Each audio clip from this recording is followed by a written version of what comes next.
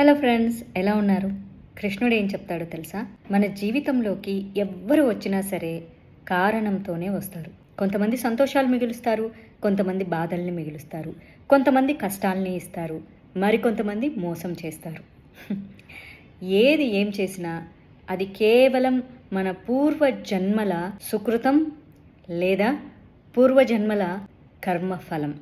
ప్రతిదీ మనం అనుభవించే తీరాలి. అనుభవిస్తేనే ఈ జన్మలో ఆ రుణం తీరిపోతుంది. మన జీవితంలోకి వచ్చి వెళ్ళిపోయే వాళ్ళ గురించి మనం ఎక్కువగా ఫీల్ అయ్యి ఎక్కువగా బాధపడుతూ ఉంటాం. వాళ్ళకి రుణం తీరిపోయింది, రుణం తీర్చుకొని వెళ్ళిపోయారు, అంతే. అన్నీ రుణాలే. రుణానుబంధాలు మనతో జీవితాంతం మిగిలిపోతారు కదా. వాళ్ళు తీర్చుకోలేనంత రుణం ఉండింది కాబట్టి వాళ్ళు మన జీవితంలో కంటిన్యూ అవుతూ ఉంటారు. రుణం తీరిపోయింది అనుకోండి, అలా వచ్చి వెళ్ళిపోతూ ఉంటారు. కొత్త నీరు వస్తే పాత నీరు వెళ్ళిపోయినట్టు, అంతే. కొన్నాళ్ళు బాధ ఉంటుంది. మనిషి అనేవాళ్ళు బాధని అనుభవించాలి కదా.